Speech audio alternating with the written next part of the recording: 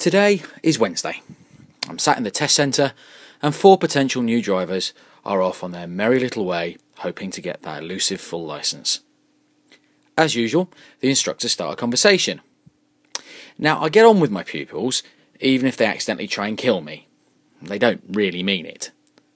I then hear an instructor call his pupil stupid and would be a danger to everybody on the road. Pause for embarrassed silence. Now, I'm very well known in small circles as being opinionated or full of crap, depending on whether you agree with me or not, but even I struggled for a moment. After this momentary lapse of wanting to become a monk and take a vow of silence, I asked why he thought that. Because he keeps forgetting stuff. I could give him 5 roundabouts and one of them he'll screw it up. Does he do it regularly? Yeah. So you're sure he knows how to do them then? Yep. He talks me through them, but when he gets near them, we'll get one wrong. He's even done it just now on the way to the test centre. Oh, so he does it when he's under pressure then? Yeah, he needs to pull himself together. Is he dyslexic? What? Is he dyslexic? Dunno, never asked. And that's when the other instructors looked at me and gave me an embarrassed smile. So, if he was, what things could you do to help him and yourself? Dunno. So you've done nothing then? No. Pause for more embarrassed silence. Now, I'm no expert, and the recount of the conversation makes me cringe, let alone good quality driving instructors. But this is why the new generation of instructors aren't instructors, they're teachers. A good teacher will try to help their pupil no matter what. However hard or difficult, or unique or turbulent the teaching process is, a good teacher will endeavour to try everything they can think of, read up on, or participate in to get their pupil to achieve what the pupil wants, or even exceed their own expectation. Perhaps this individual isn't a teacher. Pupils with special education needs aren't strange, thick, or stupid. They're normal. It's just we are different to them. We think differently to them. We read differently to them. We even spell differently to them. Are they wrong? No. Are we wrong for thinking they are stupid, difficult, troublesome? Yes, because we don't tolerate difference. I put this story on Facebook the same night.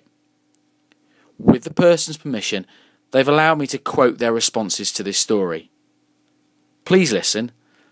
You're privileged that you can. And the pictures that are used, they aren't the individual. I've had a meeting this morning with my son's primary school special education needs coordinator and the Senko from the secondary school where he will start in September. My son is the most lovely, caring, sensitive 11-year-old you will ever come across, and I have found this morning's meeting emotionally draining. He wins awards regularly for the most improved, hardest work pupil in the whole school. He gets the dinner ladies and playground assistant awards on almost a weekly basis for the pupil showing the most care and attention to others. He's gone to my mother every day before school for half an hour for extra reading and writing. He's done that for at least 4 years in an attempt to better himself. And with all his hard work and determination, he's got his reading age up to that of a 7-year-old. I watch him interact with his peers and struggle to do everyday social skills, such as log onto the Xbox with them because of his dyslexia. I've concerns that come September he'll be unsupported for funding reasons, and this hard-working child who is just beginning to show outward signs that he wishes he was like everybody else and thinks he's useless will be expected to perform to a standard set by the masses and be at the mercy of the understanding, empathy and attitude of teachers whose influences, good and bad, will vary so greatly. If anyone ever refers to him as stupid and a pain in the arse, I pray I can find your level of control, Mark. But tonight, and just tonight, I'll allow myself to feel sad. I was moved to ask her whether I could use her words for this blog, and this was part of her reply. It's funny how coincidental this life is, isn't it? I had an emotional day yesterday, Of course, I'd always known of his struggles, but to verbalise my concerns about Finbar's dyslexia in a way that I tried to communicate to his future teachers, in that this is far more than just getting your B's and D's mixed up. This is a condition where he can't tell you, at 11 years old, the days of the week. Think of the extra work he'll need to do to read his timetable, let alone get to where he's meant to be in time.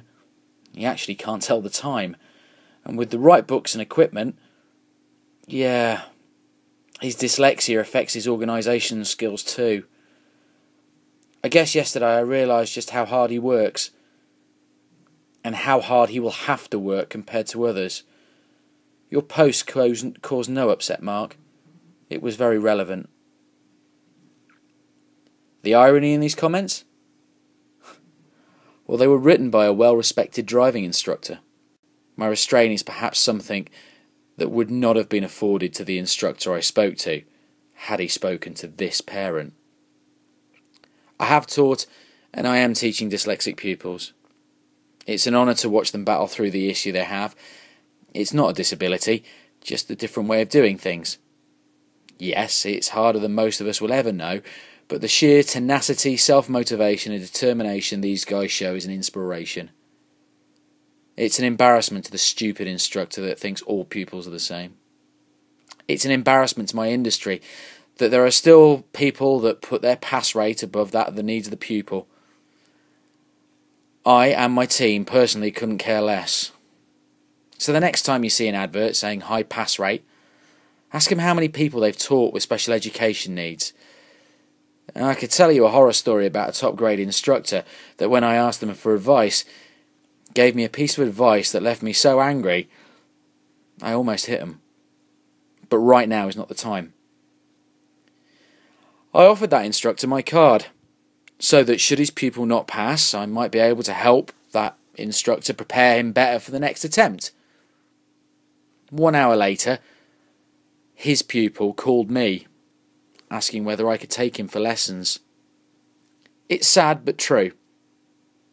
I'll meet him next week, and I'll treat him with the utmost respect and help him however I can for as long as he needs. The same way I and my instructors treat everybody. After all, we're all incredibly different.